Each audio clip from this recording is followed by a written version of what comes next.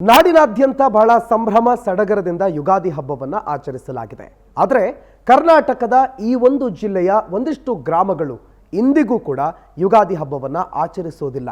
ಯಾವ ಗ್ರಾಮ ಯಾಕೆ ಹಬ್ಬವನ್ನು ಆಚರಿಸೋದಿಲ್ಲ ಅನ್ನೋದನ್ನು ನೀವು ಕೇಳಿದರೆ ಆಶ್ಚರ್ಯ ಪಡ್ತೀರಿ. ಹೌದು, ಇದು ಬಳ್ಳಾರಿ ಜಿಲ್ಲೆಯ ಕತೆ.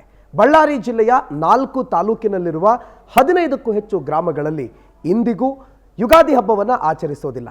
ಕಾರಣ ಏನು ಅಂತಂದರೆ, ಸರಿಸುಮಾರು 100-115 ವರ್ಷಗಳ ಹಿಂದೆ ಯುಗಾದಿ ಹಬ್ಬಕ್ಕೆ ಅಂತ ಬೇವು ತರೋದಕ್ಕೆ ಕಾಡಿಗೆ ಹೋಗಿದ್ದ ಒಂದಿಷ್ಟು ಜನ ವಾಪಸ್ ಬರಲೇ ಇಲ್ಲವಂತೆ.